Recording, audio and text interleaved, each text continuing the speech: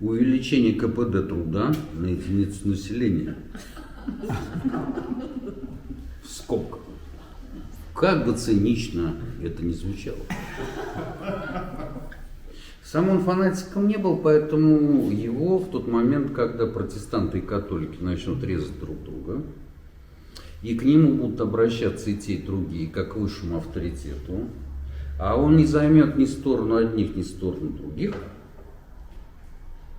назовут трусом. Вот здесь-то реформация и должна была. Он мечтал о ней, но он мечтал о ней, разумеется, как о совершенно мирной. Вот, о совершенно мирной. В соответствии с тем, как он понимал противоречия. Но об этом чуть позже, если не забуду, конечно. А они с величайшим тщанием выискивают в старинных грамотах все, чем можно напустить страху на простой народ и заставить его вносить более чем 10-ую часть урожая. И не приходит ни одному из них в голову, что по должности своей, как о том написано в разных книгах, они в свою очередь обязаны многое делать для паствы. Так, ну ладно.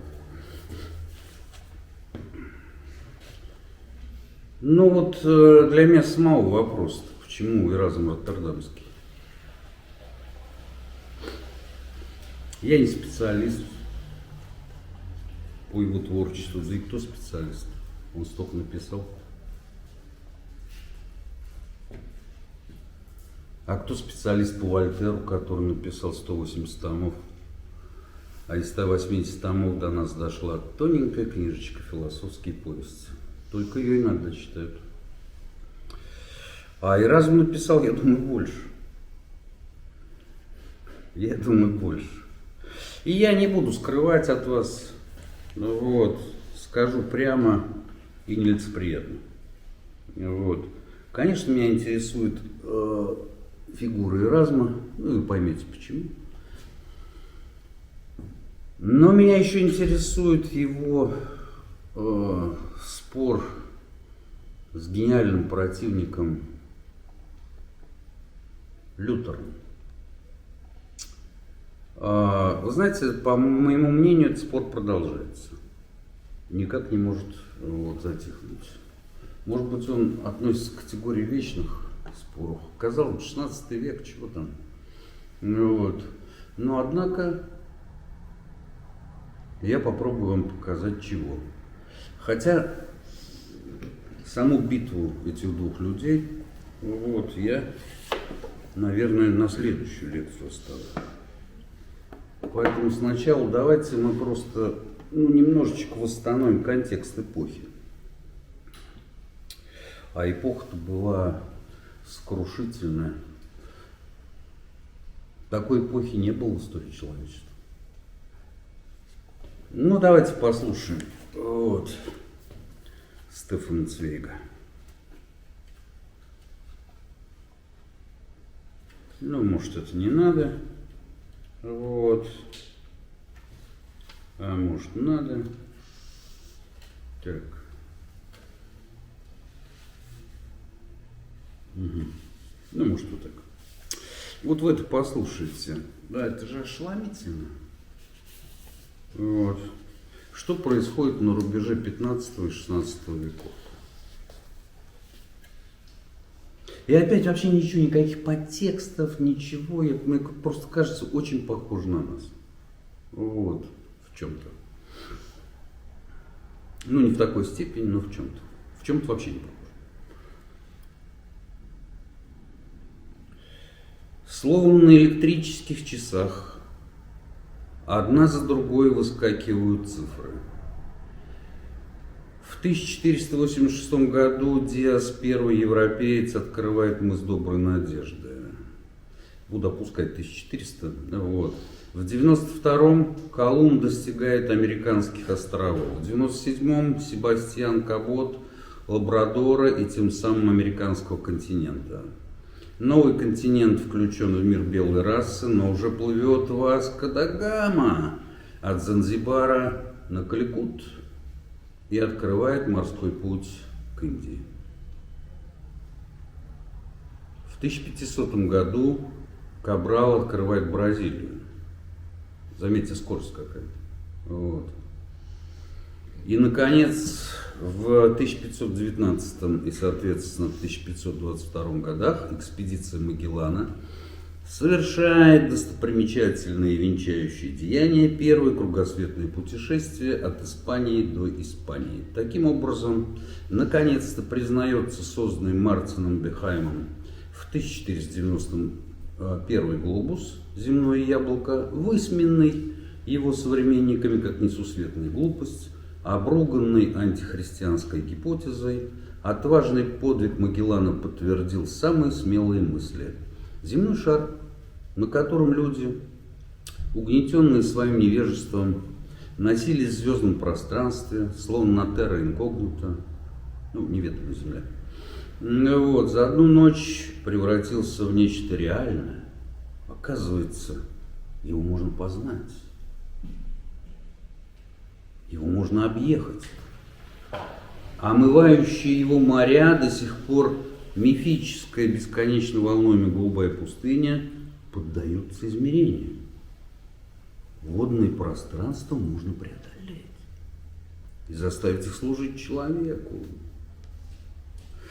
Каждый раз, когда пушки Кадис, давайте Кадис, или Лиссабона приветствуют вернувшихся в родную гавань галеоны, в гавани устремляются толпы любопытных. Вы это представьте себе просто.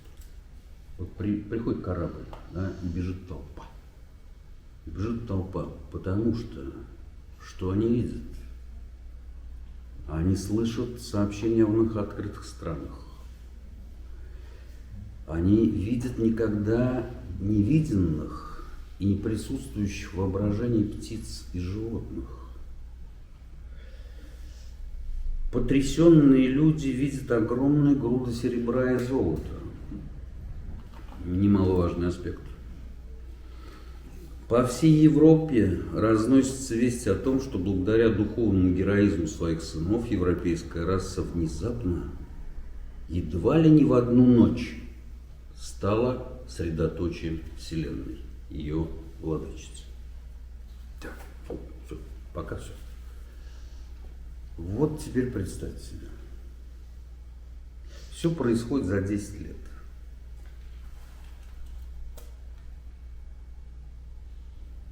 Европейская раса никогда не чувствовала себя владычицей Вселенной до этого момента. И вдруг, в один прекрасный момент, и начинается невероятное. Одновременно жгут костры, сжигают инакомыслящих, в том числе инакомыслящих ведьм, потому что своих ведьм, в общем, берегут. Вот. Все хотят учиться. Сейчас это, вот, понимаете, вот, хорошо это говорить в библиотеке, но сейчас это звучит потрясающе. Вот. Это звучит как фраза из фантастического романа. Каждый на своем уровне. Кто не знает грамоты, хочет обучиться. Это касается даже низших слоев, да, того общества, оно сословное, как вы помните. Вот, крестьяне хотят обучиться грамоте. Те, кто по образованию, начинают изучать латынь и греческий. Книга становится,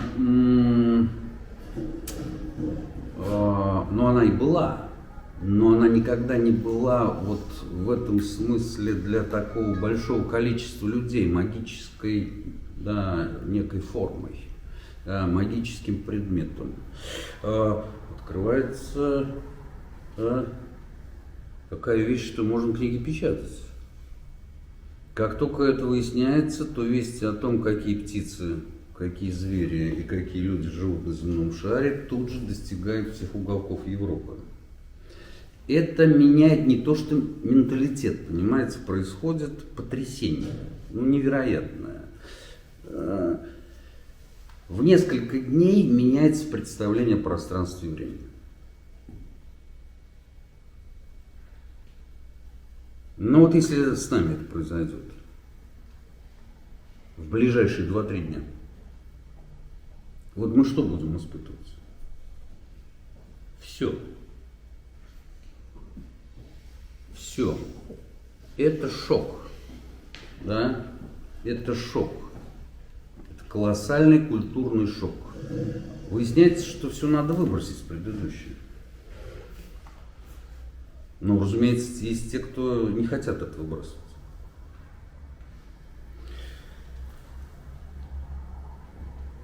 И меняется психология очень быстро. Ну, как вы понимаете, психология человека очень быстро поменяться не может. Поэтому это как раз вот то явление, с которым мы сейчас все время сталкиваемся.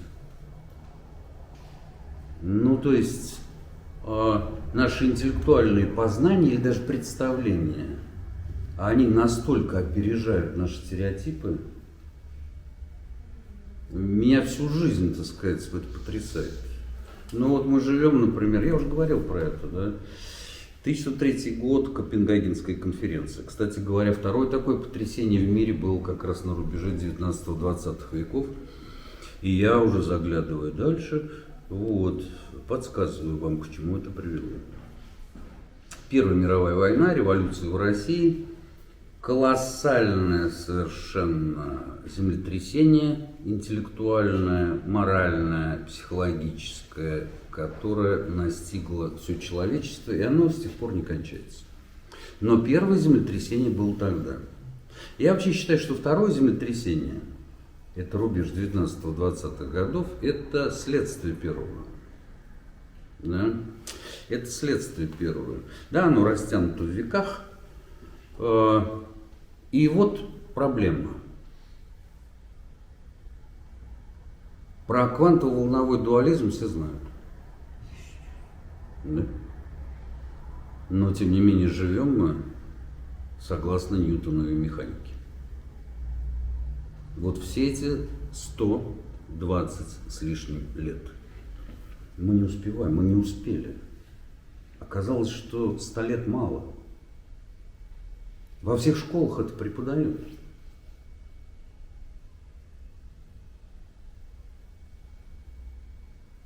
И что? Для единиц что? Для всех остальных ничего. Ну, это какой-то такой вот удивительный, ну, как бы такая сказка на ночь. Примерно то же самое происходило и в те времена, но, может быть, в большем объеме, потому что, как вы понимаете, сейчас мы переживаем то же самое. Вот, я приготовил вам то, что статку. Вот. То же самое. Когда это появилась вот эта вот штучка? Вот. Здесь в основном молодые люди, нас старцев немного. Но большую часть жизни надо было иметь монету в 2 копейки и работающий автомат. Знаете, как ночью было тяжело. Идешь ночью по Самаре, и срочно надо позвонить, например, родителям или девушке. Ну или другу. И вот ты приходишь, а автомат не работает. А транспорт не ходит. И ты смело пешком идешь к следующему автомату.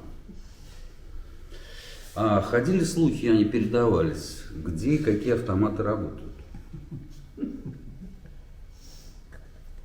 Ты шел туда. Иногда везло. Поэтому очень многое, и может быть это и потрясло человечество, произошло от того, что кто-то кому-то не смог дозвониться. А не смог дозвониться, ехал напрямую. А ехал напрямую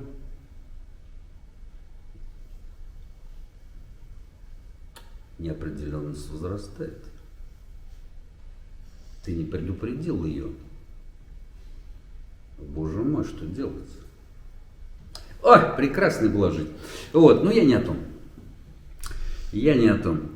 Да, и мы и сегодня живем, мы, понятно, да, проект написали все социологи, все культурологи, все, кто мог, вообще написали, сказали, что мы не успеваем.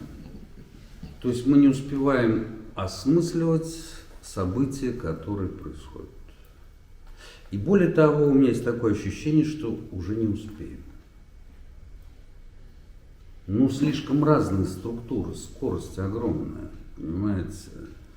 Вот, сознание так не работает. Оно ригидно в чем-то.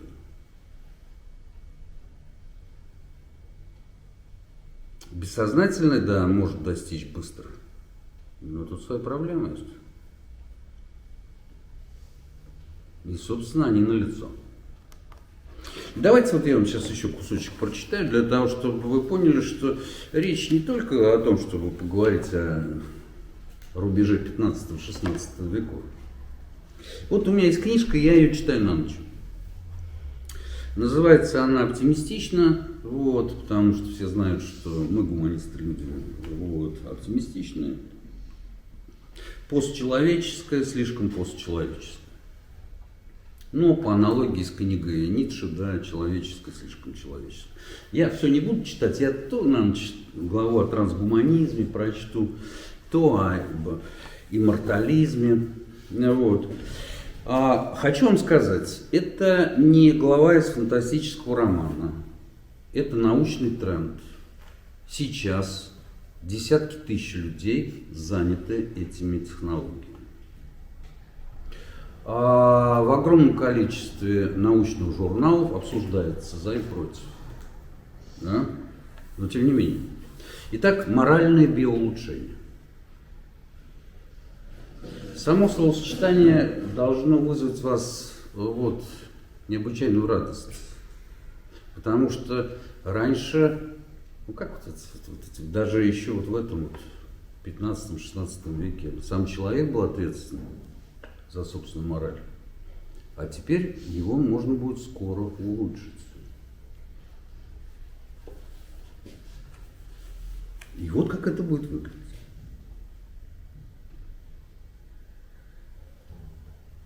Ну, одну фразу, она скучная, но тем не менее. Биоулучшение – процесс улучшения организма научно-технологическими способами. Моральное биоулучшение – вмешательство в сферу морали и нравственности при условии, что они являются враждебными для человека.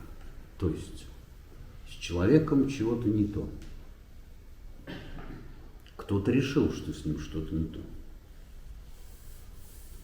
Дальше идет перечень категорий людей, которые будут подвергнуты моральному биоулучшению. Конечно, сначала преступники. Но, безусловно, нерадивые дети.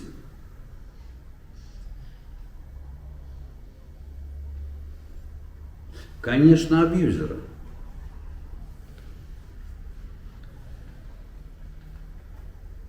Не вызывает никакого сомнения, что сексисты и сексистки.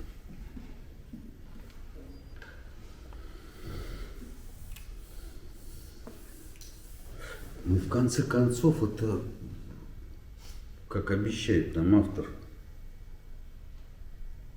но это будет доступно как сотовый телефон любому человеку. Захотел морально биоулучшить члена семьи, пошел и морально биоулучшил. Друзья мои, мы опять сталкиваемся со старой проблемой, да, в новой упаковке. Человек все время не дотягивает. Все у него с моралью как-то не так. Вот. Что-то все не выходит.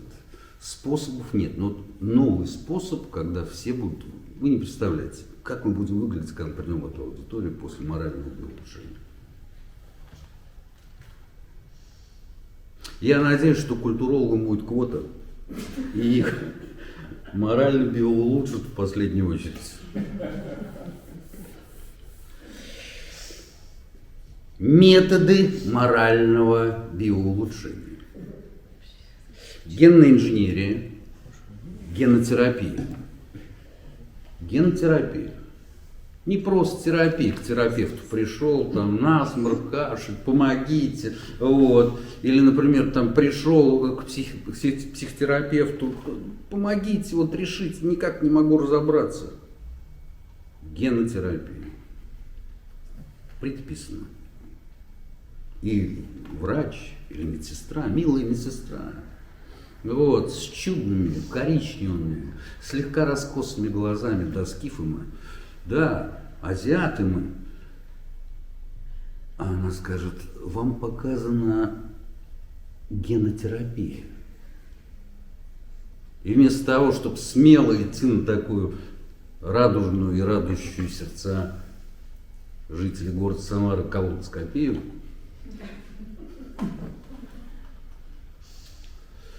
люди пойдут на генотерапию, фармакотерапию, нейромедиаторы, гормоны и Вот меня интересует больше всего, потому что нейромедиаторы уже есть, гормонами лечат, но в чем Нанотехнологии, ну, мы уже привыкли к этому, нанороботы, там, наномедицина, молекулярная нанотехнология, искусственные органы и электронные имплантанты.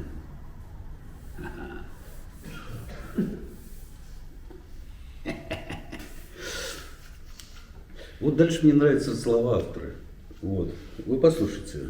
Вот. Это явно человек, который идет в ногу со временем.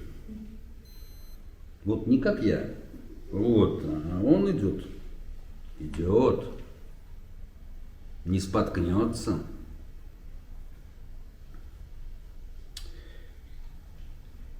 Если человеку мешает то, что он ленится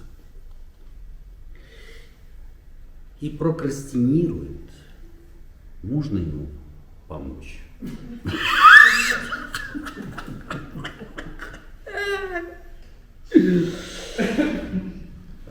Дальше идет, сказать, вот, защита метода. Ну, сегодня жестокие методы. Где-то смертная казнь, где-то самосуд. Ужас. Принудительное содержание в психоневрологических диспансерах. А так морально его улучшили, и все. И все. И маньяк становится добрым, сердечным, готовым заключить любого человека на улице в объятия гражданином мира. Вот-вот. Вот еще мне нравится, вот, да, принудительная стерилизация, ну, вот.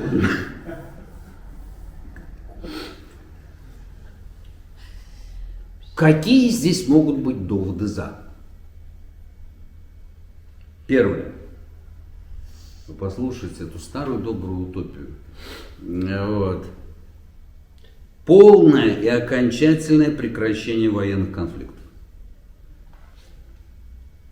Все будут морально биоулучшены.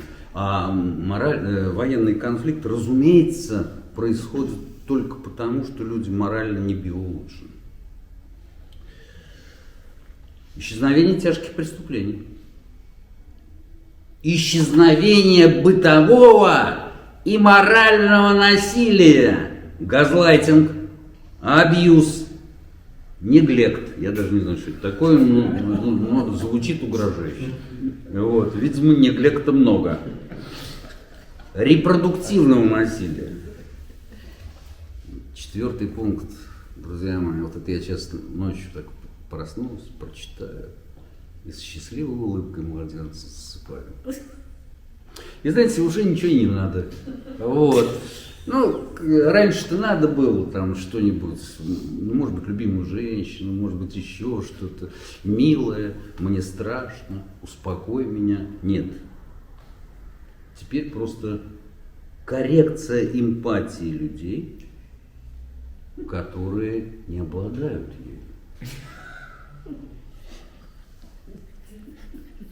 Сразу хочу заявить, что я обладаю эмпатией. Не хотел бы, чтобы ее корректировали. Но всегда могут возникнуть люди, которые решат, а Бондаренко не обладает нужной эмпатией.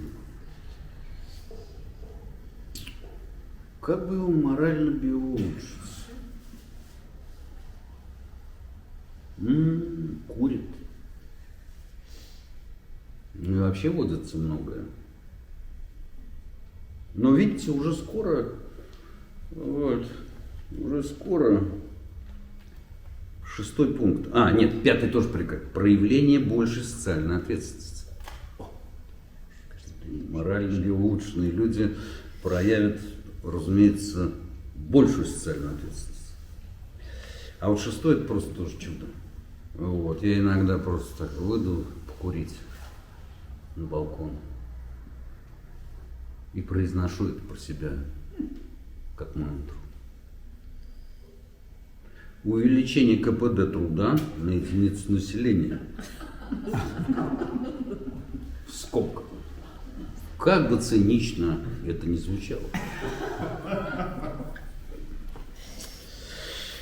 Ну вот, друзья мои, теперь вернемся в 15 век. Серьезная литература? Я могу показать, я не выучил фамилию, потому что вот, это народ. Но это научный народ. Пока мы здесь сидим и разговариваем про Эразма Роттердамского, хотя не начали, вот, но он уже как бы крадется.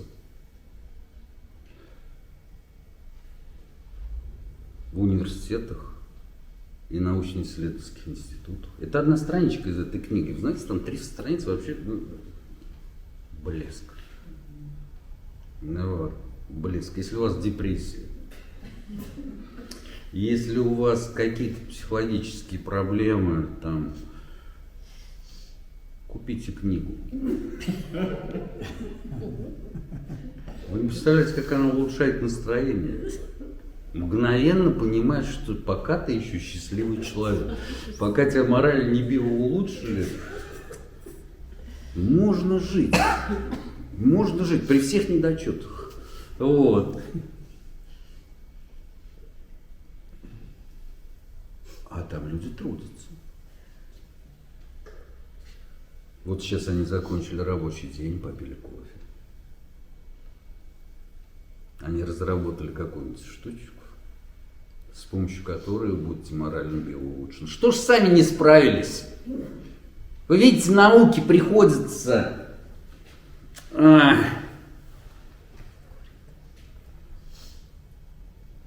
в том числе лекции про это. Понимаете, вот я не случайно взял эту цитату, не только для того, чтобы вас поразвлечь, повеселить, вот, потому что ясно, что никто не напугался. Вот, все уже готовы морально улучшиться. Вещь-то хорошая. Никто уже тебя не назовет аморальным. Ты прошел 3 биоулучшения. Никто не скажет в пылу гнева или страсти, что ты имморалист. Ты покажешь справку.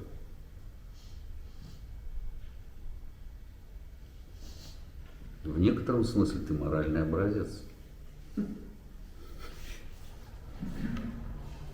3 биоулучшения. Кто может похвастаться? И, Саша, не надо так улыбаться.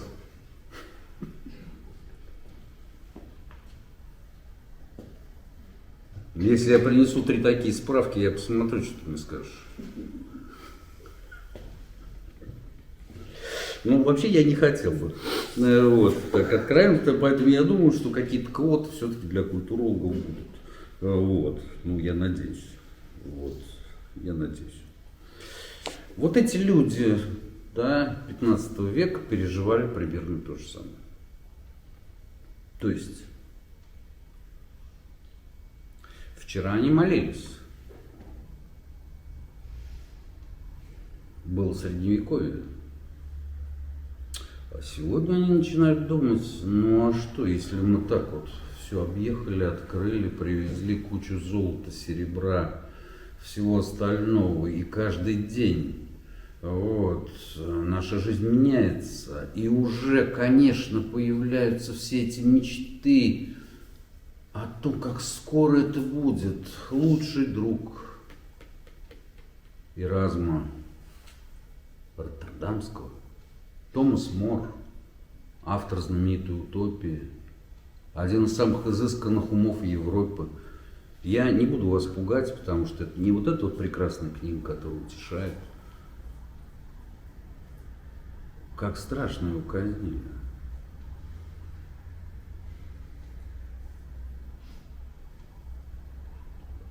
С каким жутким изуверством.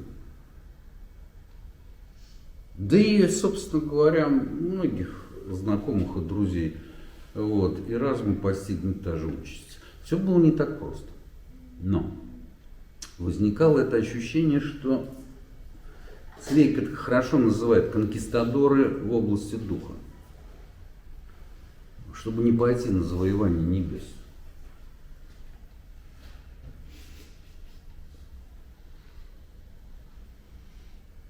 Собственно говоря, реформация, да, которая повлекла за собой, напоминаю, 30-летнюю, 100-летнюю войны, вот, и так далее. Вся Европа резала друг друга. Истребили много, ох, много.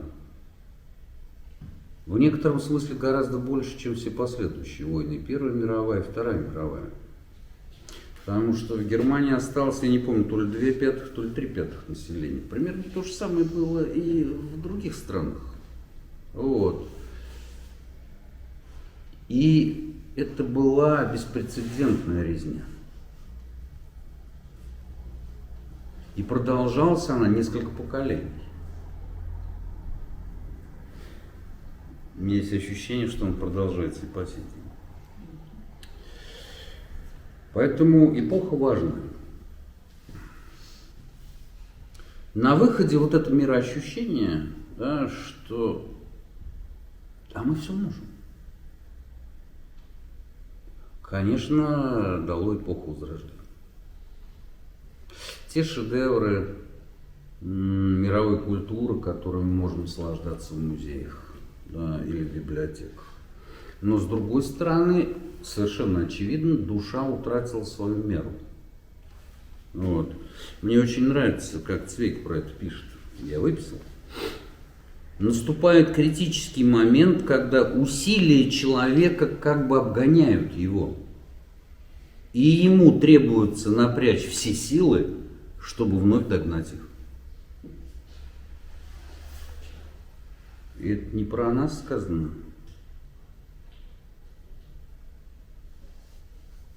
Но мы все время закладываем колоссальные усилия для того, чтобы просто жить.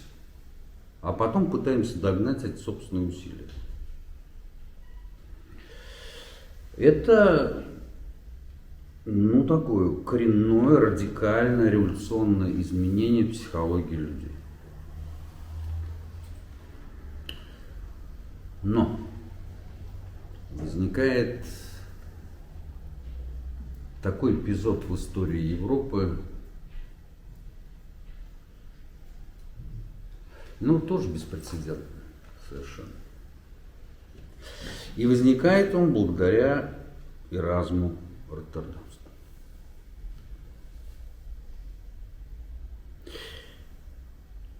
Его называли самым знаменитым человеком столетия. Леонардо да Винчи, Микеланджело Буонаротти, Рафаэль, Тициан и так далее.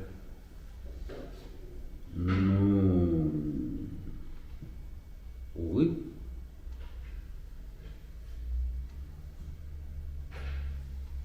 И этот удивительный человек взял и пересоздал европейскую культуру. Всего-то навсего. Всего-то навсего. Один человек в считанные годы. Для начала еще одну цитату, потом перейдем уже к Эразму непосредственно.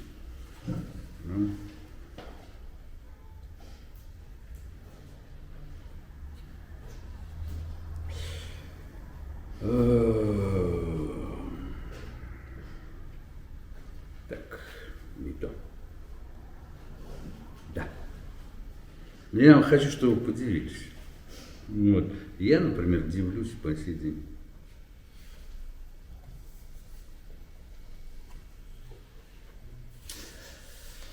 Цвейка, собственно говоря, моя лекция, это комментарии на полях его книги и книги самого Эразма «Похвала глупости».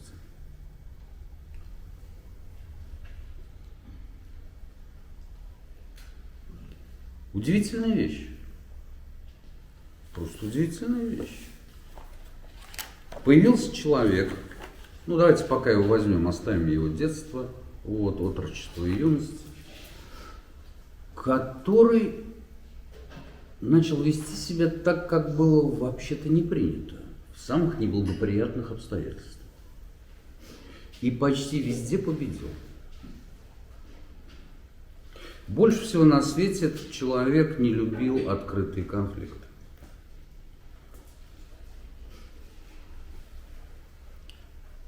Всю свою жизнь, так или иначе, он посвятил объяснению того, почему так опасен фанатизм.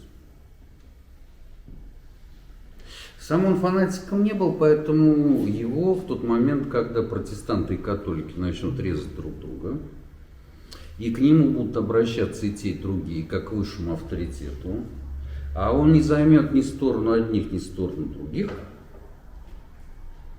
назовут трусом. Назовут трусом. Ну, конечно. Вот. Конечно. История любит не это. Да? Как история может любить таких людей, как Эразм? История любит людей, которые пожертвовали, которые совершали театральные жесты, которые сбрасывали театральным жестом, как Лютер, рясу августинца. А Эразм не сбрасывал. Он умел добиваться тихо своих целей. Он написал просто 2 письма, письма он писать умел, потому что он был неподражаемым стилистом. И ему разрешили рясу не носить. Он священник. Помимо всего прочего, он богослов. Рясу не носил.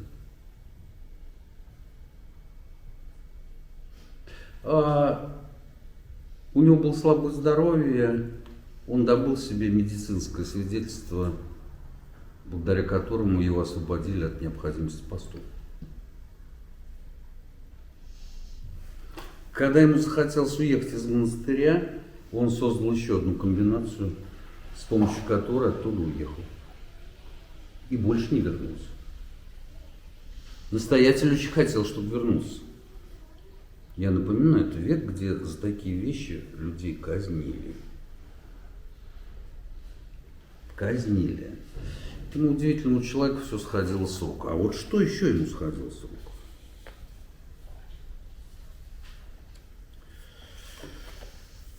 Он проповедовал волю к пониманию. Если есть воля к пониманию, то нет воли к тому, чтобы бить обидчика по лицу или с помощью памфлетов. А если бить, то всех сразу, как он и сделал по «Похвале глупости». Но сделал так, что эта книга стала самой знаменитой книгой на какое-то время в 16 столетии.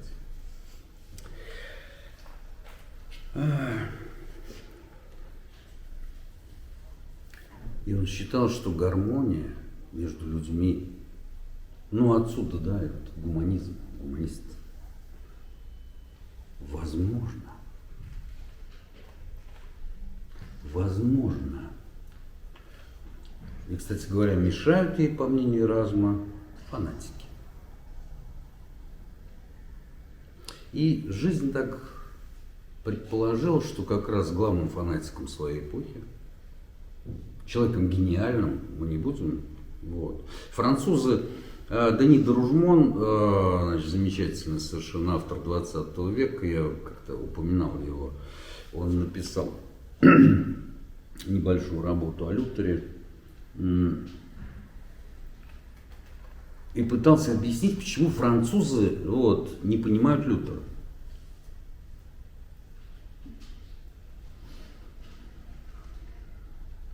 И пытался подобраться с разных сторон. Потому что застольные беседы, да, знаменитая книга «Застольные беседы» с Лютером, да, опубликована, а там выясняется, что богословия маловато, скабрезности много, вот, банальностей тоже много, и как бы, да, французы не поняли. И все лютеровские подвиги, а они такие были, безусловно. Они считали, что это монах, который хотел жениться. Ну, в католичестве, как вы понимаете, жениться нельзя, поэтому по-простому. Так они по-простому, огрубляя, монах, который хотел жениться. И вот Дени де Ружмон для того, чтобы объяснить, что у Лютера были гениальные идеи, а они такие были, вот. Наличие гениальных идей еще никак не исключает того, что ты фанатик. Вообще. Ни на секунду. Иначе бы кому понадобилось моральное биоулучшение?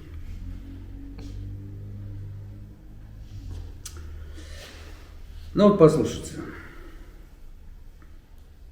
И разум не видел никаких моральных, никаких иных, непреодолимых противоречий между Иисусом и Сократом, между христианским учением и мудростью греков античности, между набожностью и нравственностью. И, имея сан священника, он под знаком терпимости брал язычников в свое духовное царство небесное и братски ставил их рядом с отцами церкви. Секундочку. Начало 16 века. Поставить язычников рядом с отцами церкви. Куда их отправил Сократов, Платонов, Аристотель, Данте Алигьери еще недавно? В Лимб. Он их не мог в ад отправиться, потому что был человеком просвещенным, блистательным. Куда их? В Лимб. Пусть пока сидят, перевоспитываются. Вот. Ну, это такой интернат для перевоспитания. Вот. Ну, или такая зона для малолеток. Вот. Да. Философия для него была иной, но такой же, как богословие. Ересь за ересью. Каждое предложение – это ересь. Это как-то философия так же значима, как богословие. Это что? Попробуй любой сказать какому-то кардиналу, ну, вот, в 16 веке. Более того, он употреблял словосочетание «философия Иисуса».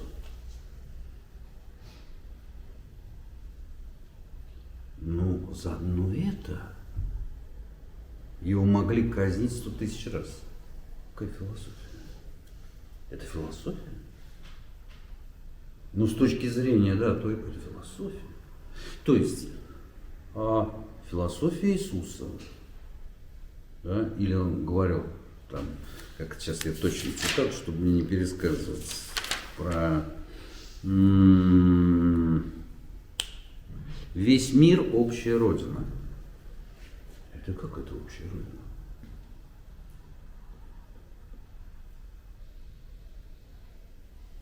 Это что, какие-нибудь индейцы, это тоже, что ли, общая родина?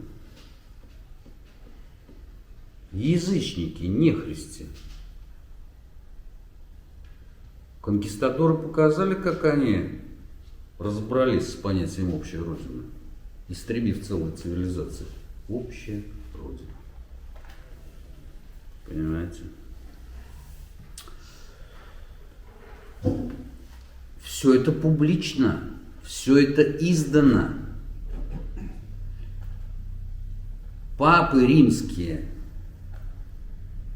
кардиналы, епископы, вельможи просили, чтобы он эти книги написал. А там было, например, написано «Святой Сократ». Святой Сократ. Знаете, вот и вопрос. Да? С одной стороны, это про искусство жить. Он блистательно владел совершенно. Это человек хилого здоровья, который огромным трудом дотащил себя до 70 лет.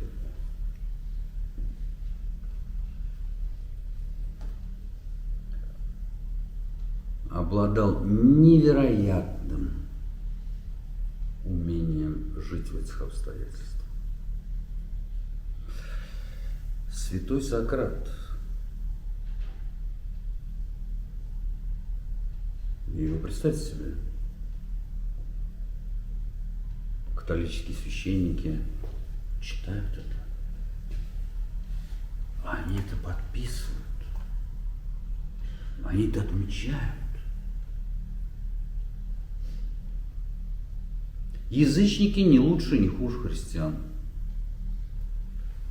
Где бы, в какой бы стране, в каком бы месте, в какой бы культуру ты не встретил истину, знай, что она христианская. Все. Что за этими словами стоит?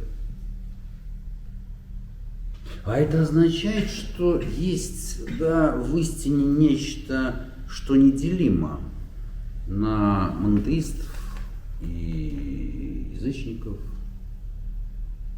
Ну или уж совсем непонятно кого. Они все христиане.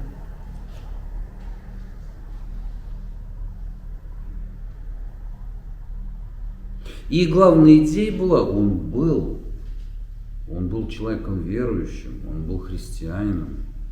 Он перевел Библию с греческого на латинский язык, что тогда тоже считалось преступлением. И, кстати говоря, забегая вперед, скажем, главному своему врагу указал путь. Потому что Лютер перевел Библию на немецкий язык.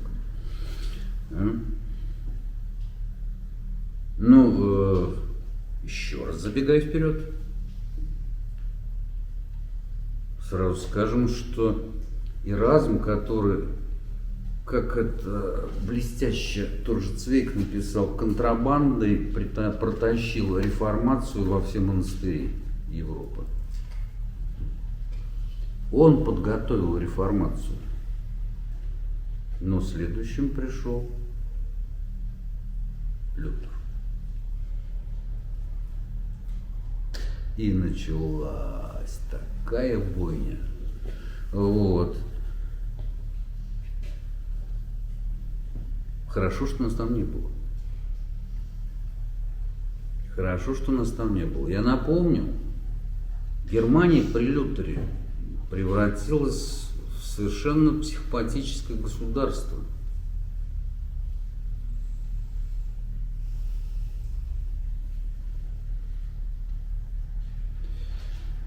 И в силу того, что миром правят, ну хотя бы условно, протестанты, это самые богатые страны, как бы они все время сдвигают это в сторону средневековья. Но в средневековье не было такого масштаба казни. Было обычным делом, когда муж доносил на жену за то, что она явилась перед ним с распущенными волосами. Они считали это доблестью. Что было с женой после этого? Ее казнили. Может быть, кому-то и понравится, конечно, вот, у кого сейчас сложные брачные отношения, вот, но вообще-то, ну или увидел ее дома в ночной рубашке. Это, ребята, я до сих пор, если я кого-то увижу в ночной рубашке, закрываю глаза, отворачиваюсь или ухожу. Либо обнаженная, либо никакая. Ну, потому что за это вроде бы не казнили. А ночная рубашка это вот какой-то жупел здесь такой, понимаешь, страшное. Вот. Я бы запретил, кстати, ивановским ткачихам ткать ночные рубашки.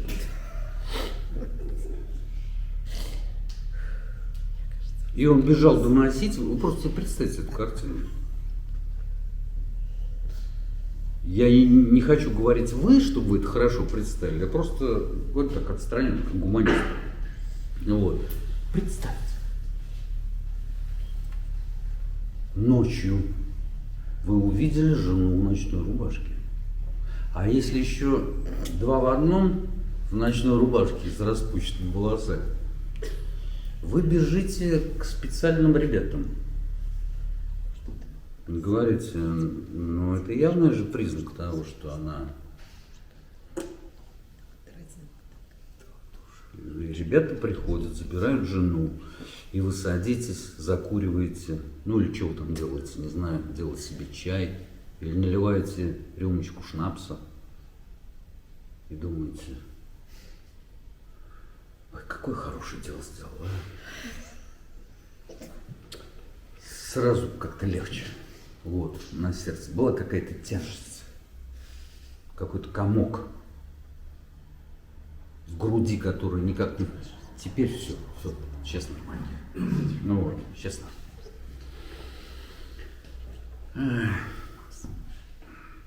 Ну, немножко назад вернемся. Строго говоря, я даже на днях спорил, кто Эразм.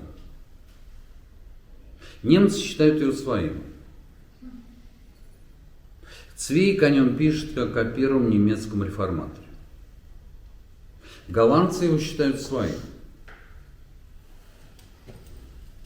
Ну, я не знаю. Вот. Пусть ученые мужи разбираются в этом. Меня интересует нет-то. О нем действительно очень мало известно.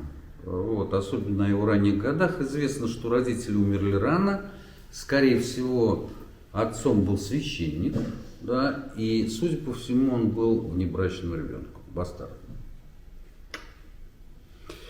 Как вы помните, в те времена от внебрачных детей избавлялись. Родители умерли рано, от него избавились.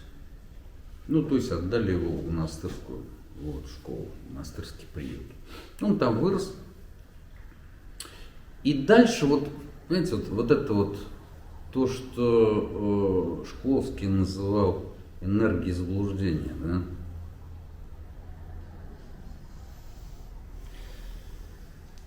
Вот он подрос, стал юношей, принимает сан в Августинском монастыре, ну, то есть в католическом, естественно, Августин, потому что там самая лучшая библиотека.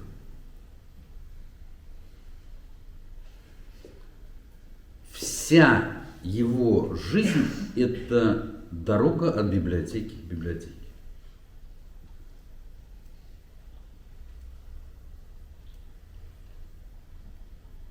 Но скучно стало, библиотеку прочитал.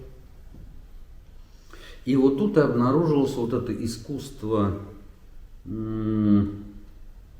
Эразма жить в воздухе. Это великое искусство.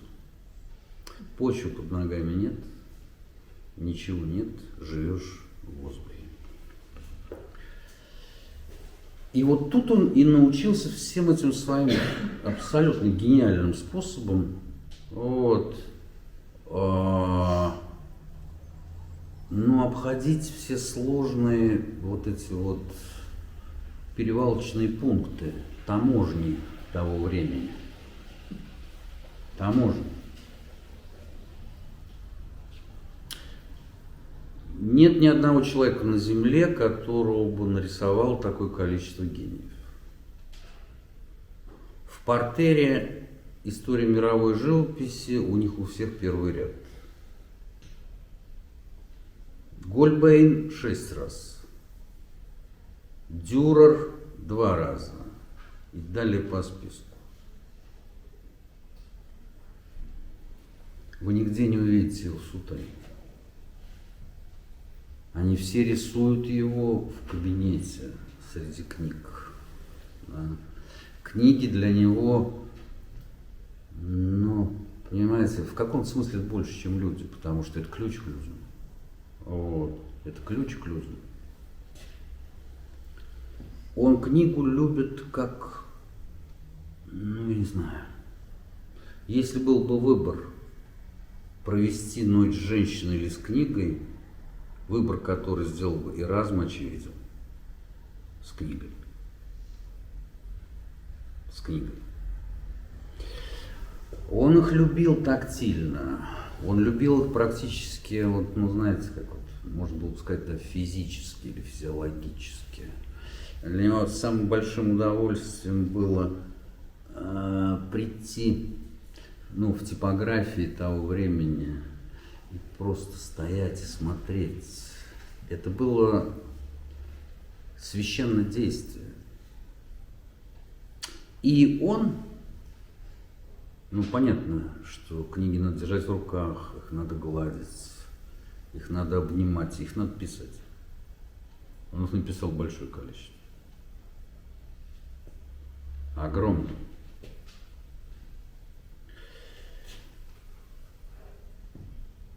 Надо убежать из монастыря. А как?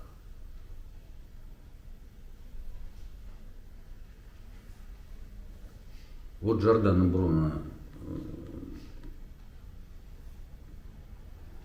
отлучился на всю жизнь. Но всем известно, чем это закончилось. Что делает Эразм? Он обращается к своему, значит, там был такой епископ Камбре, который очень хорошо к нему относился, потому что тоже был человек просвещенный, и ему, конечно, очень нравилась эта невероятная какая-то немыслимая любовь Эразма к книгам. И просит его отправить в Париж для того, чтобы защитить богословскую степень. Больше он в монастырь не вернется. Придраться не к чему. Уехал по святому делу. Получать богословскую степень. То, что он больше не вернется туда, ну что же, вот. Говорят, епископ Камбре его ждал всю жизнь. Вот. Но он не вернулся. Из Парижа тоже уехал. И это был принцип его жизни. Понимаете? Книга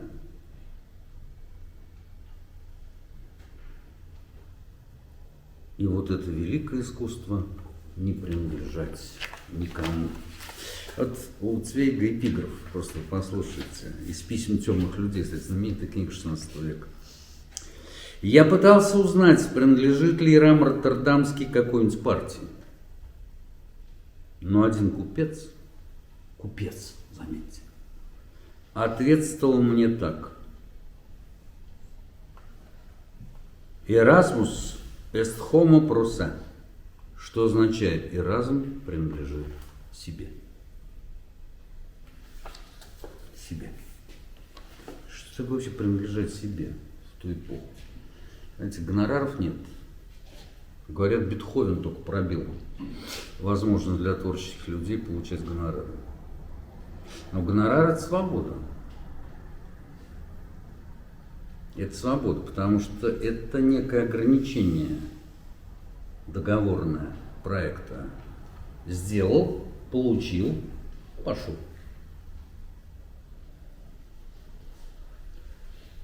Да не было гонораров, надо было кому-то служить. Надо было кому-то служить. И вот этот мастер жить в воздухе, он что делал? Он никогда никому не служил. Только на время. Только ненадолго. Он, собственно, изобрел эти гонорары. Он брал, например, мешочек дукатов, да, за какое-нибудь дело и переезжал. Никто так много не путешествовал. Исколесил всю Европу. Вот, потому что он принадлежал самому себе. Более того, там есть потрясающая идея. Я ее до конца не додумал. Поэтому до конца недодуманный и вам предлагаю. Он избегал принимать решения, потому что решения связывают людей по рукам и по ногам. Ничего себе. Зайдите-ка в любую бизнес-школу. Вам скажут, что одна из главных компетенций современного человека, современного бизнесмена – это умение принимать решения. А вот и разум, самый знаменитый человек целого столетия, которого рисовали гении, да, немецкой живописи, считал, что вот не надо принимать.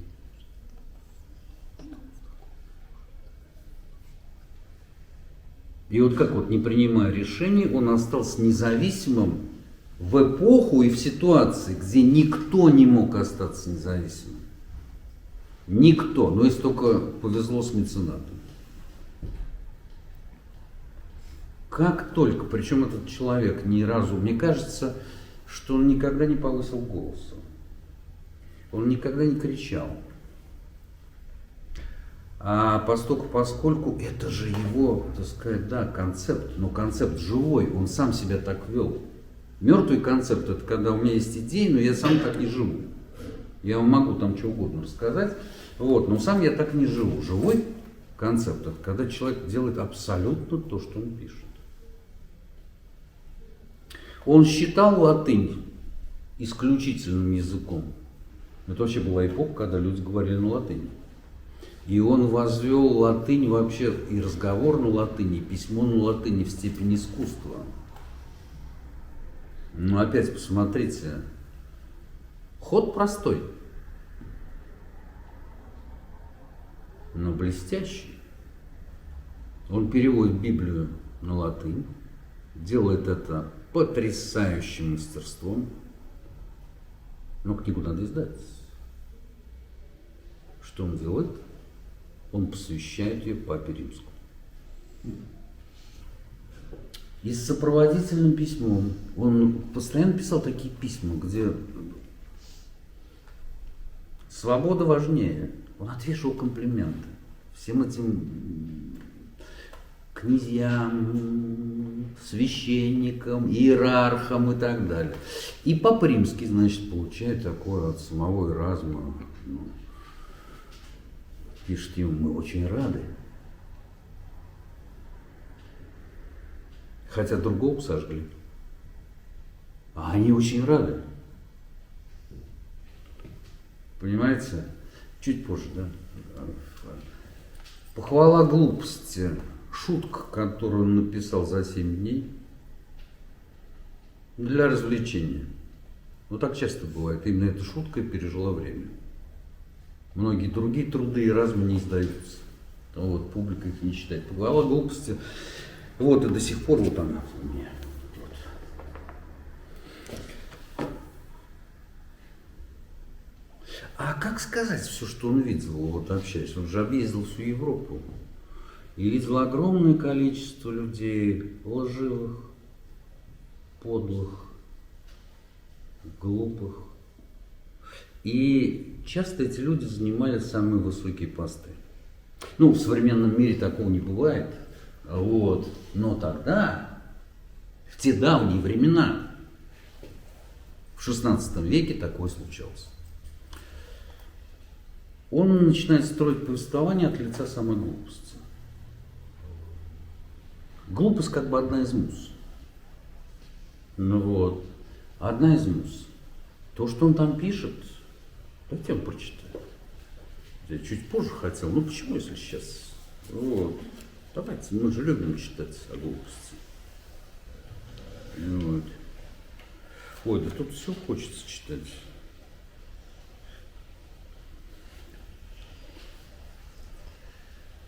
Огромное количество глав. Глупость, собственно говоря, пишет историю человечества. В чем красота хода?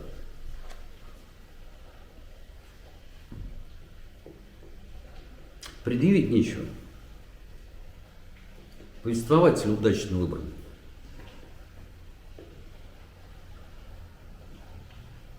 Допустим, кто-то решил предъявить. Тут очень много о священниках, вот, и так далее. Более того, тут очень много про то, как они продают Христа каждый день.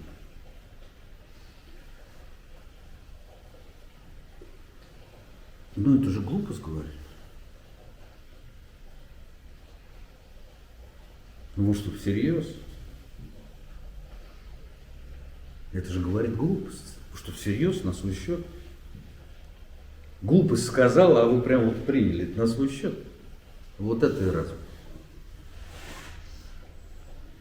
Вот это и разум. Ну откуда-нибудь.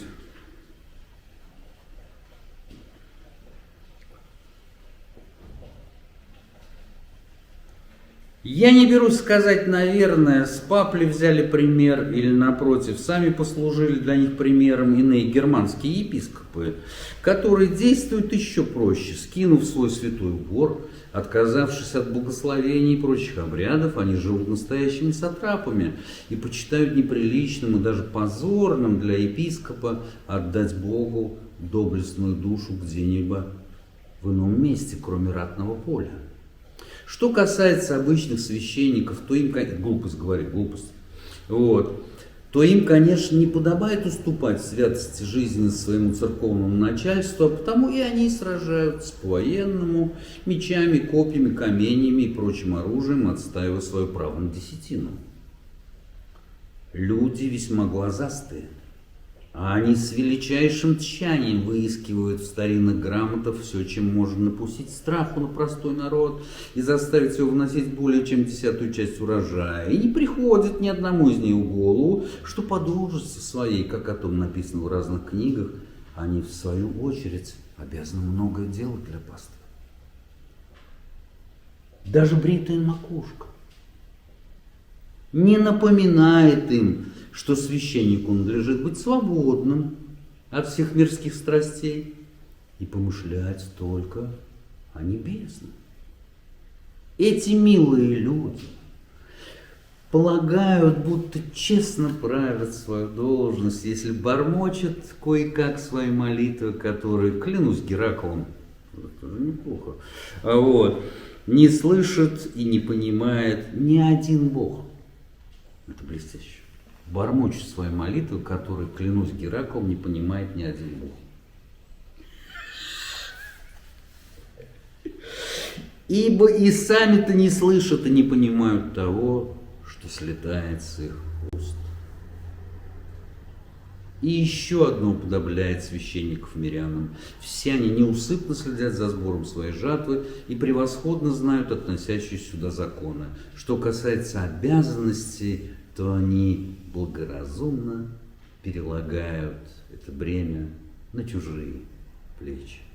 Или передают из рук в руки, словно мячик и так далее. Все вот в этом стиле. Оскорбление за оскорблением. Понимаете? Оскорбление за оскорблением. Книгу передавали из рук в руки. И эти католические священники, которых он здесь, вот, о которых пишет, сохраняли как главную реликвию жизни экземпляр похвалы глупости. Ну как он так умудрился? Это совершенно непонятно. Если прочитать всю книгу, я надеюсь, многие прочитают ее, у вас волосы станут дыбом. Но чтобы они встали дыбом, вот, надо немного постараться. И мы будем это делать.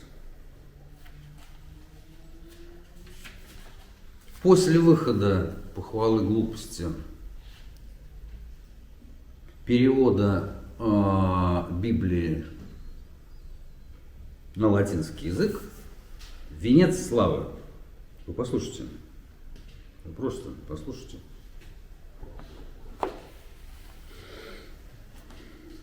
Эразма превозносит как доктор универсалис, да, универсальный ученый.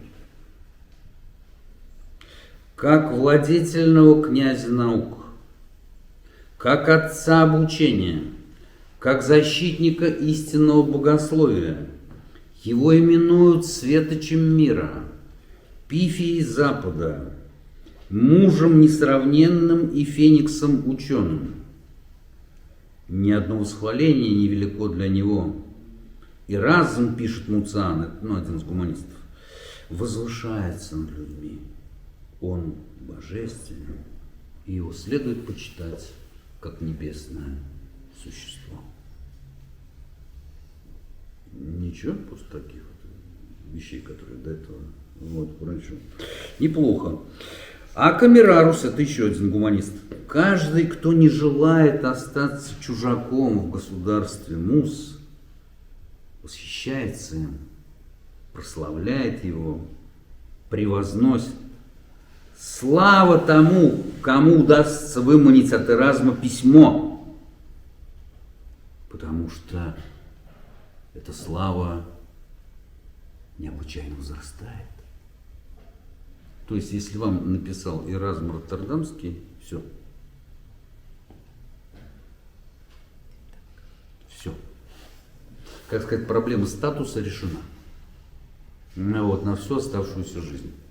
Выходите с таким, представляете, какая власть была над умами. Хотя этот человек, чуть позже расскажу, письмо. Все. Все. Дальше. Знаете, это эпоха, это же красота. Тот же, кто удостоился поговорить с ним, считает себя самым счастливым человеком на земле. Это его современник пишет, кстати говоря. И действительно, это уже Стефан Цвейг. Люди стали соревноваться в завоевании благосклонности человека, который совсем недавно был никому неизвестным ученым, который влачил жалкое тягостное существование, составляя просительные письма, посвящения, давая уроки, который унизительной лестью спрашивал себе у могущественных людей тощие пансионы. Был такой период. Теперь эти могущественные люди, домогаются его внимания. А наблюдать зрелище, когда сильные мира сего вынуждены прислуживать духу, уму, всегда захватывающе интересно. Потому что это бывает так редко. Бывает так редко. И сейчас я продолжу, пока не забыл. Собственно говоря, что он создал впервые в истории Европы.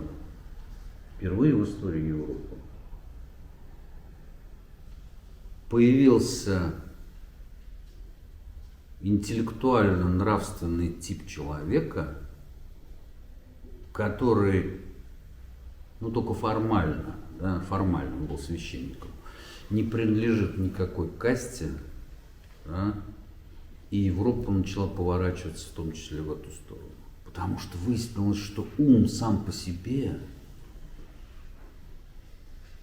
в той форме, как его предложил миру и разум, и, кстати, и Гальбейн, потому что с Дюрером, потому что они что рисуют? Они материализуют ум в своих картинах, ум и разум.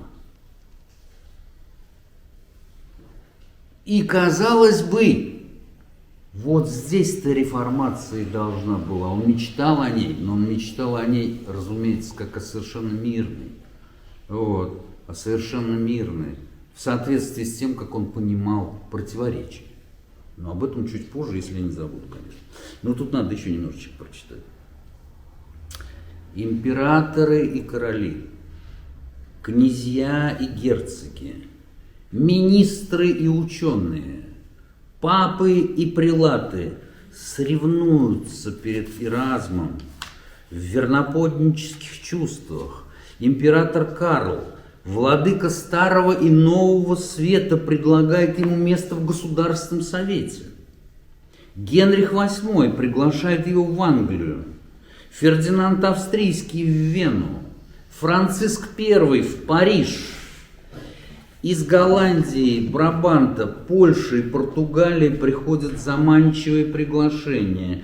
5 университетов оспаривают честь иметь его своим профессором. 3 папы пишут ему почтительнейшие письма. Не кажется, что да, мы присутствуем в каком-то фантастическом романе? В его комнате громоздятся добровольные пожертвования богатых почитателей, золотые кубки, серебряная утварь. В дар присылаются бочонки вина, ценнейшие книги, все зовут его к себе, чтобы его славой приумножить свою. Эразм же, умный и скептичный, одновременно вежливо принимает все эти дары и почести.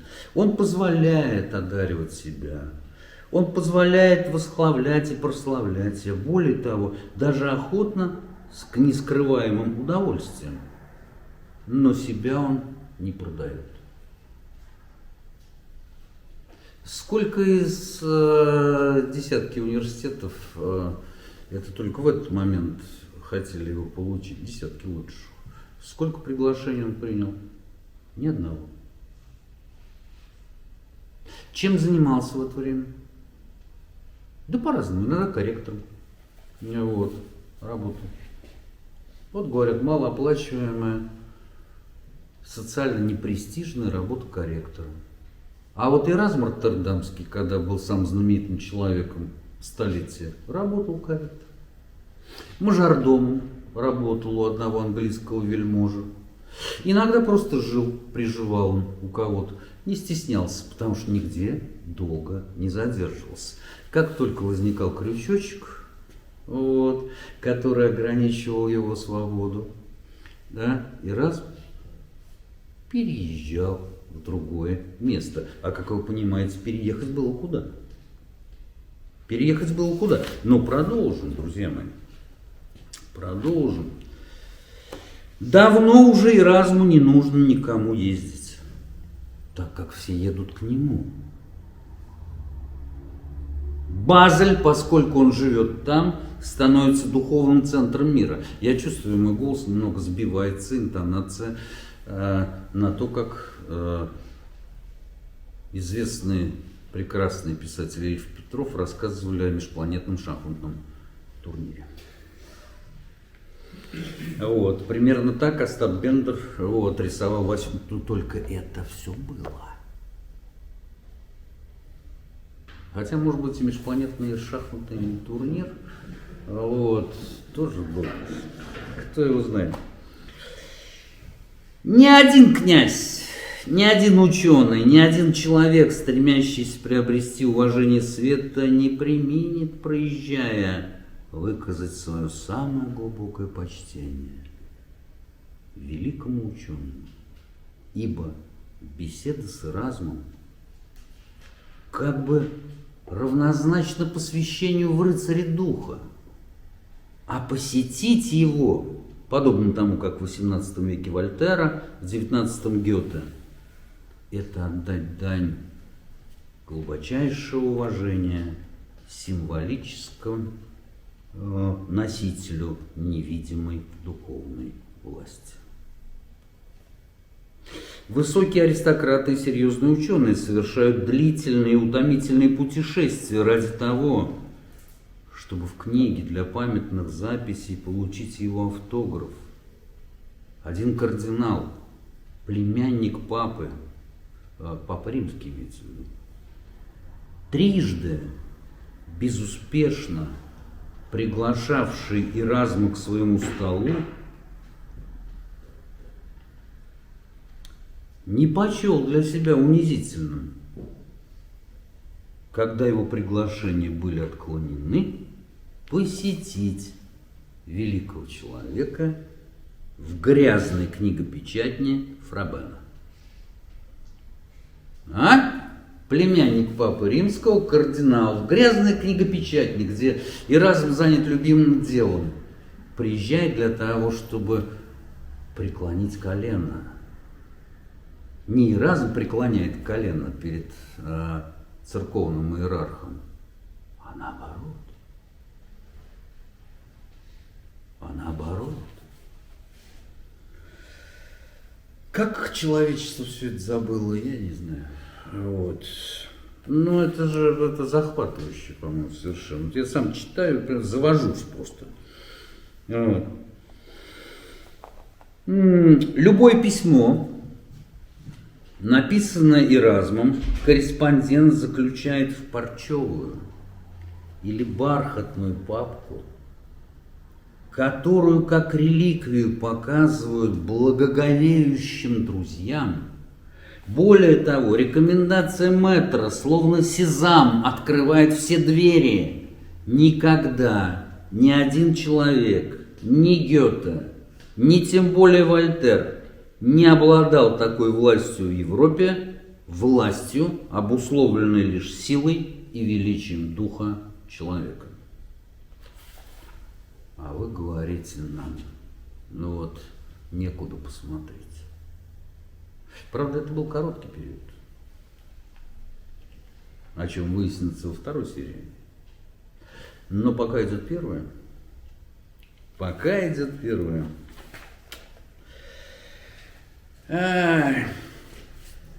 совершенно, конечно, очевидно, что вся эпоха спроецировала нечто желаемое в образе Эразма. Но для этого он потрудился. Вообще, этот человек, который страдал ипохондрией, сверхчувствительностью. В Базеле он будет обходить все улицы, которые дурно пахнут. У него расстраивается весь организм, да, от этого. Еще в юности, когда он беден, да, в его письмах это все время жалобы. Здесь неэстетично, здесь неуютно, здесь плохо пахнет, здесь плохая еда. Да-да-да, вот, все было. А здоровье слабенькое, болело все у него на протяжении жизни. Жутко боялся смерти. Если услышат, что чума в 100 километрах от того места, где он находился, тут же переезжал. Каждый день пил бургундское вино, но организм был настолько хрупкий, что если в бургундском вине была какая-то кислинка, у него тут же расстраивался кишечник. Артрит, камни в почках, бесконечное количество каких-то болезней. Полное отсутствие и Лафатер, о котором на прошлой лекции, еще старогодней, вот, я вам говорил, который был великий физиогномист, он анализирует портреты, которые сделали немецкие гении живописи Эразма, и говорит, что вообще-то вот это удивительно, это что такое? Они подчеркивают, да, с одной стороны какое-то сияние есть в этом человеке, с другой стороны все время нет силы никакой. Вот. Нет никакой силы. И вот этот человек, страдающий таким количеством недугов, там целая история. У него десятки, сотни писем про то, как вот не ту пищу приготовили, и что после этого было, и как он страдал, и так далее. Спал 3-4 часа в сутки, а все остальное время писал, когда не путешествовал. Замечательно. Замечательно. И да, он предполагал, что есть только два класса.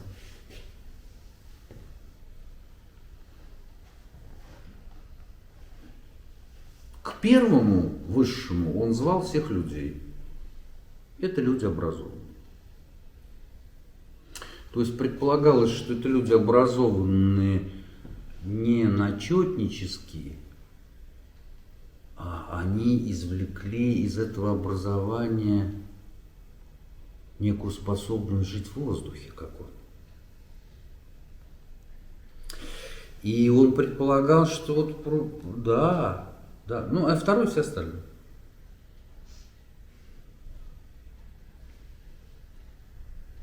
И первые это аристократы, Аристократы не в сословном смысле этого слова, а в смысле того, что это люди книги. А вторые плебс в силу того, что они людьми книги не являются. Но при этом Эразм же это он... Главное,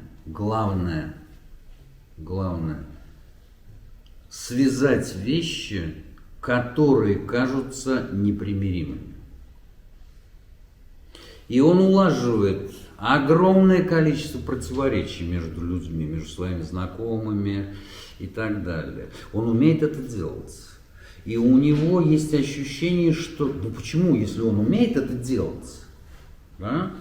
То есть не обязательно там сразу вот, бросаться в какие-то оскорбления, или как там Михаил Самуильевич Паниковский, Александр Балаганов, более известный как Шура.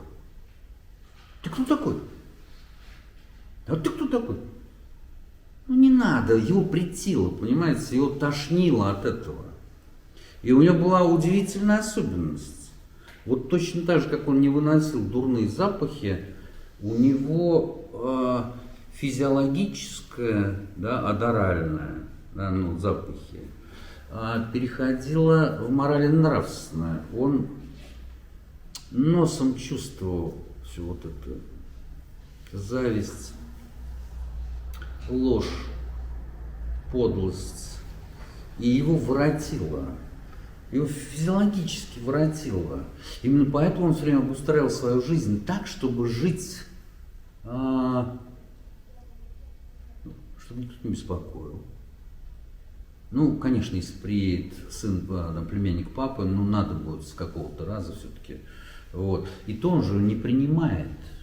Тут его просто находят за работой в грязной книгопечатне. Вот, в грязной книгопечатне. И поэтому у него такая чувствительность, невероятная чувствительность к тому, что ну, вот этим искажением, которое он считал человеческим. Возможно, при этом понимал, что фанатизм победит. Но как не рискнуть? Как не рискнуть, когда, да, вот в какой-то момент пошла вот эта карта, появилось довольно большое для Европы количество людей, которые готовы были так же действовать, как и Эразм. Поэтому он понимал, он бывал при дворах, он все видел, он понимал, что реформация назрела. Но собирался он ее сделать тихо, как он все делал.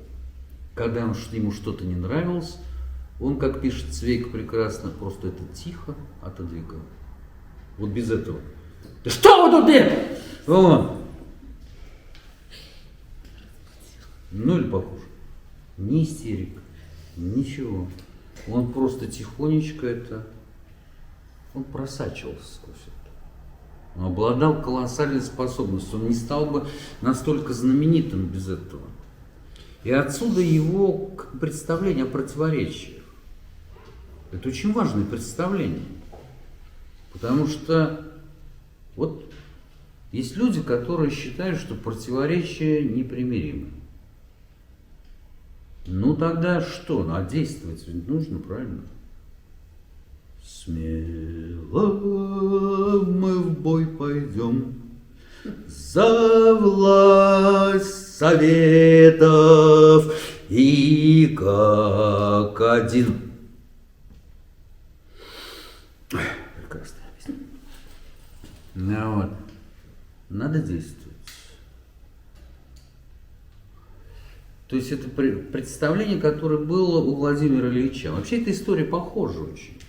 Понимаете, когда после Ленина и Троцкого, это выдающиеся люди, безусловно, смотришь на Плеханова, уж тем более Кропоткина, становится понятно, что почему-то за теми людьми, которые готовили, ну вот, мирную реформацию, приходят вот радикалы.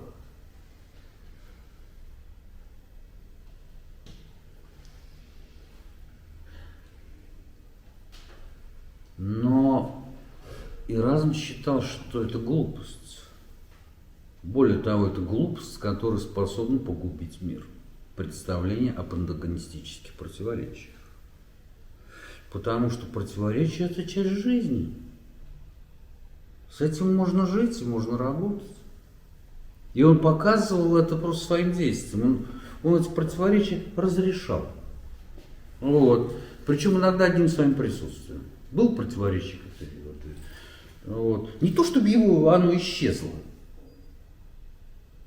Но оно перестало как-то быть таким. Да, я не смогу жить вот, без того, если мой противник все-таки вот, не погибнет. Вот.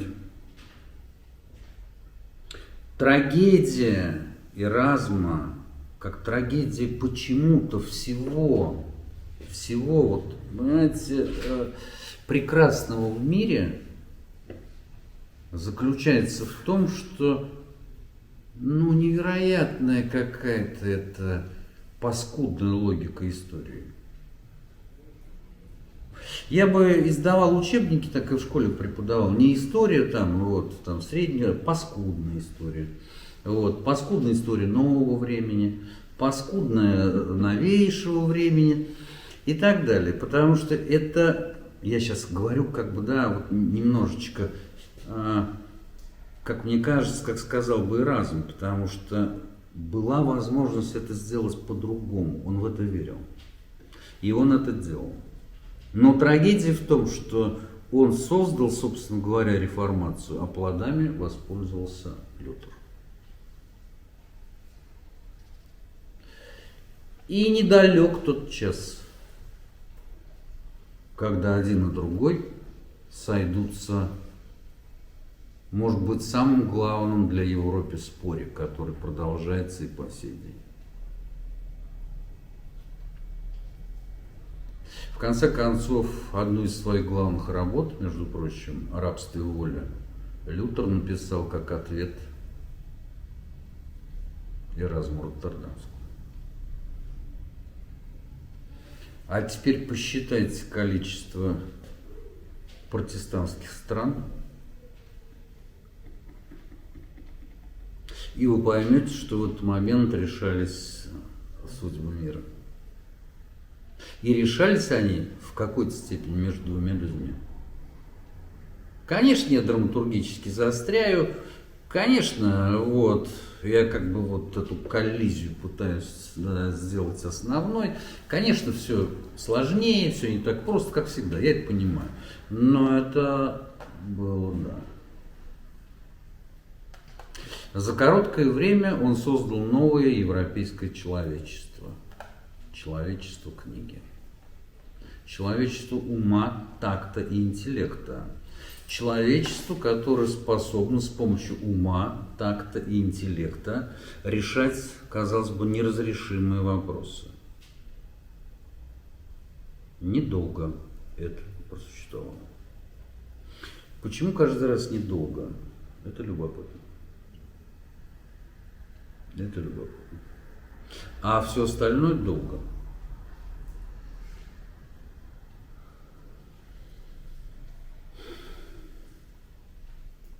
Ну что ж, продолжение второй серии.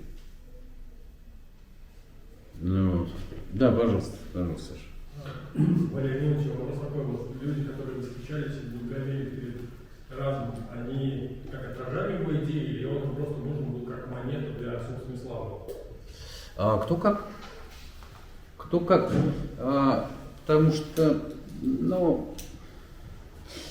там было много процессов, насколько я понимаю. Кто-то, да, как монета для собственной славы. Кто-то совершенно искренне считал, что елки-палки, да вот мы не видели. Вот там, это же всегда так бывает. Пока это роль личности в истории. Я-то лично считаю, что она, и Эразм, кстати, так считал, она ключевая. Никто не видел этих возможностей, пока их не показал Эразм. Да? Вдруг он показал все, елки, а так можно? Вот, оказывается, да? И поэтому возникла там какая-то группа союзников, учеников, и так далее. Кто-то неожиданно для себя начинал заболевать этими идеями, как многие, кстати говоря, представители католической церкви. Они не подозревали, что им это понравится. Вот. Он проник как-то в них. Не проникая, он не ломал там крепостных ворот, он не штурмовал Ватикан. Он просто тихо, тактично, убегая от всех, влиял на всех. Вот как это можно? Я вообще не знаю. Но меня это восхищает. Ну вот, меня это восхищает.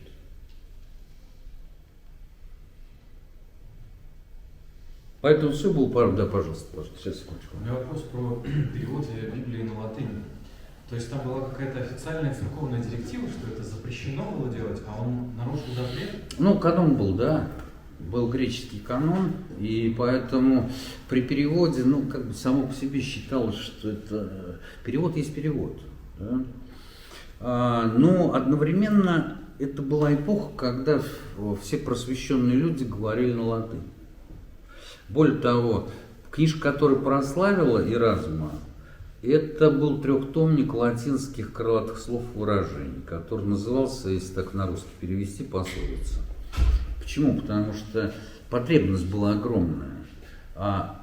Было неприлично в обществе не употребить какое-то количество латинских крылатых выражений. Вот. Понимаете? Ну, неприлично. Это свидетельствует о том, что ты...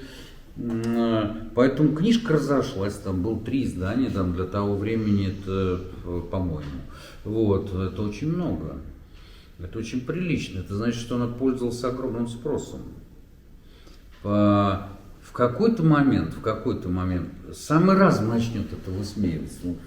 Ну, он, правда, начнет высмеивать использование греческих слов. Вот, в речи. Хотя, ну, что такое похвала глупости? Ну, я вам на следующей лекции еще, может быть, немножечко почитаю, если вы не доберетесь. Да там с самого начала он обрушивает на читателя такой каскад ассоциаций из античности. Я там половину не знаю, даже не слышал никогда. Это было феноменальное знание. Священник, который вдруг начинает вот так вот. Вот. Понимаете? У него действительно это было. То есть он пытался же что? Ему казалось, что да, реформация это в чем? В том, что, да, собственно говоря, весь объем христианства немного забыли. Забыли за счет ограничений. А его надо расширить. Нужно то самое, вот всю эту налипшие все вот эти вот грязь и ракушки, все это убрать. А для этого надо все включить в христианство. Это абсолютно ересь. Вот, да, пожалуйста. Ну вот язык богослужения в Европе же тогда был на латыни. Да. Вот, но там был же Ян Гус, да, который вот тоже... Ну, где на латыни, где на греческом, все зависит от... от страны. Про переводы Библии тогда, до Эразма не переводили на другие языки еще с греческого Библию? Переводили? Ну, вы знаете, какой-то был перевод.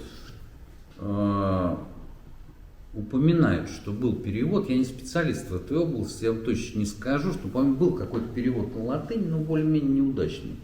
Вот. А Эразм латынью владел, ну вот я не знаю, понимаете, как Пушкин рифмой. Он саму латынь в XVI веке превратил в какой-то невероятный язык. Да? Опять же, вот приходит человек, да, вот латинский язык, вот существует он, и как бы мертвый язык во многом, уже тогда немного омертвевший, и вдруг возрождает эту латынь, да, и она становится какой-то совершенно немыслимо грациозной. Да, ну вот в том числе гуманисты сделали это. И общались они, да, на латинском. Вот, и письма писали на латинском, и все остальное. Вот. Считалось как бы неприличным на других языках. Ну, у меня еще вот маленький вопрос. А был ли Эразм как-то, ну, вдохновлен, может быть, немножечко, или знал ли он вот о Яне Гусе, который он был, ну, одним из первых, насколько я знаю, реформаторов вот тогда в Чехии, чтобы служение проходило на местном? Ну, я не знаю, мог и знать. Вот. У меня вот нет таких вот. К сожалению, мне он писем не писал. Это бы я сейчас пришел бы, вот, в пятерочку, показал бы им письмо Эразма Роттердамского, и они так, без участи, конечно, без участи. Вот. Вот, поэтому я не знаю, это не знаю. Пожалуйста. Валерий Евгеньевич, вот в какой момент Сергеич. он взял себе два псевдонима, и какой, на ваш взгляд, это имело смысл в переводе с греческого и латинского? Это не знаю. Вот. Вот Цвейк пишет о том, что да, Эразм как будто бы родился в безвоздушном пространстве. То есть ничего мы не знаем. Ну, настоящий. Мы ничего не знаем. Фамилию Да. знаете? Я вот товарищу сказал, что да, он немец. Он мне тут же прислал статьи из Википедии, что это Голландия. Ну, Голландия, да. Но вот, это же империя была. И немцы считают, что он немец. Вот Цвейк, он, ну, не немец, он австриец. Да? Но он всюду указывает на то, что это один из важнейших немецких мыслителей. Вот попробуйте разберитесь. Понимаете? А Роттердамский вот, появился потому, что ну, он же был внебрачным сыном, надо было отмазаться. В некотором... Это очень в его духе. То есть нужно было, ну, как бы, выскочить из той истории, в которую его погрузила природа, ну, вот, и начать новую. Ну, Эразм переводится с греческого как «желанный». Видите? Второе имя Дезодерии с латинского «желанный». Видите? Вот, да. Все оказалось правдой. Он оказался желанным для истории, для мира, для истории культуры и так далее. Для огромного количества людей, кстати говоря. И даже для Лютера. Потому что даже когда они начнут биться друг с другом, вот, он развивал мысль Лютера. А это было не так-то просто. Это был человек... Ну, Лютер называл его угорем, которым Ну, трудно держать уголь. он его и проклинать будет, но об этом чуть дальше. Вот. Поскольку это, понимаете, это сочетание вот в истории, когда два этих типа встречаются, да, один эстет, да, он готов решать в том числе исторические вопросы, но как бы элегантно, по-другому. Дальше приходит человек с таким мощным темпераментом, который готов решать вопрос, только выбивая ногами двери. Ну, конечно, они никак не могут помириться. Вот, они будут противостоять друг другу. Один другому будет говорить, да можно было просто открыть. Вот. Второй будет говорить, нельзя было открыть. Вот. Там была засада. Но потом все-таки у Лютера, ну, был немножко такой, ну, чертей боялся до жути. А чего он их боялся, если он так веровал? Столько написал про это. Чего ж его, понимаете, так бояться? Это как есть такая то ли притча, не притча, вот, или быль про одного батюшку, вот, православного, который, значит, ну, дома или где-то он, вот, заходит, черт сидит, вот, и он так смотрит на него и говорит, ну, сиди, вот, и пошел. Понимаете, это вот одна реакция. Вот, одна реакция. Ну, то есть, ну, даже если ты появился, вот, мне уже тут это неинтересно все это. Вот. Ну, а другая реакция, конечно, когда Лютер там чернильницей запускал чертей. Хотя это был, конечно, уникальный человек. Вообще такое сотворить смог только уникальный человек. И гениальный. Но совсем другого типа. Не поразительно, то, понимаете, что поражает. Они еще не знакомы, ничего еще нет. И разум из раза в раз объясняет, что нет ничего страшнее фанатизма. У него есть идея такая, что насилие само по себе ерунда.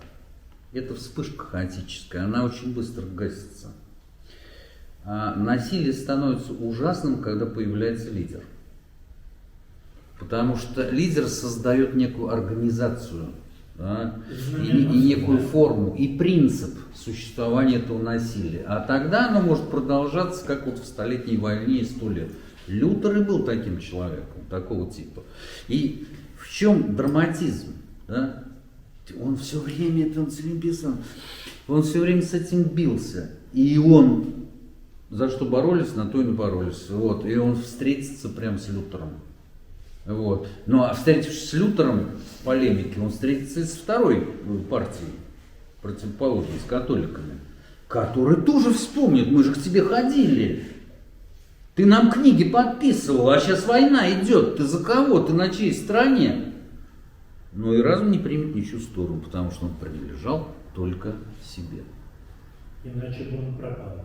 Да, безусловно. Вот. Но потом это было настолько противно его темпераменту, ну, просто был бы другой человек. Это был бы другой человек. А вообще, да. Ну вот. Не видели фильм Кончаловского «Хроники русской революции»? Да? Помните, там чудесная сцена, когда Ткачук ее гениально играет? По-моему, это когда они учредительное собрание там разгоняют. И такой перерывчик у большевиков, они, значит, идут чайку попить, довольные, все идет как надо. Вот. А Сталин там приносит винца, бутылку. Вот, они сидят, и вот Ленин вдруг, да, там сцена так строится, который стоит что-то где-то вроде буфет какой-то там, или там буфет с рукомойником, или что-то, это я уже забыл. И вдруг он там что-то рассказывает, начинает хохотать. И вот он хохочет так, что там все замолкают, и страшно становится и всем большевикам, и зрителям. Ну, потому что актер это здорово сделал. И он хохочет, он должен уже прекратить. Он хохочет. А потом такие полубезумные глаза там оборачивают и говорят: но ведь это война. И это как бы открытие, и страх, и как бы осознание последствий того, что вот они только что сделали. Вот это то, чего боялся и разум. Ну, ровно это, но только в свою эпоху. Вот. Ровно это. Ну, а ты раньше что, не подумал, что это война? Ну, да подумал много раз, но это бывает, как подумаешь, а потом еще раз подумаешь, когда приходит вот это вот глубокое, да, понимание того, что случилось. И он там это вот здорово сыграл, все это там здорово сделано. Вот.